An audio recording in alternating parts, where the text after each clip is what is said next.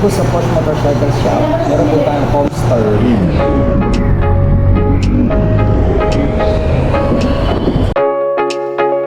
Ang pagkakaiba po ng rim sa mugs, ang mugs po kasi once na manual kayo, nabiyak, dispose na po siya. Kakaiba po naman sa rim, ang rim po ay once na manual kayo, nalubak, rayos lang po yung papalitan natin. Actually, halos lahat naman ng motor pwede natin gamitin ng rim. Tulad ng mga scooter ngayon, yan yung mga ginagamit ng mga rim. Focus natin sa rim compare natin sa mugs. Ang mugs po kasi once na nayupi, pwede na natin siya dispose. Hindi katulad po ng mga rim, rayos lang po pwede na natin kadalasan gawa ng rim sa bakal, hindi naman sa alloy, yung mga rim natin po.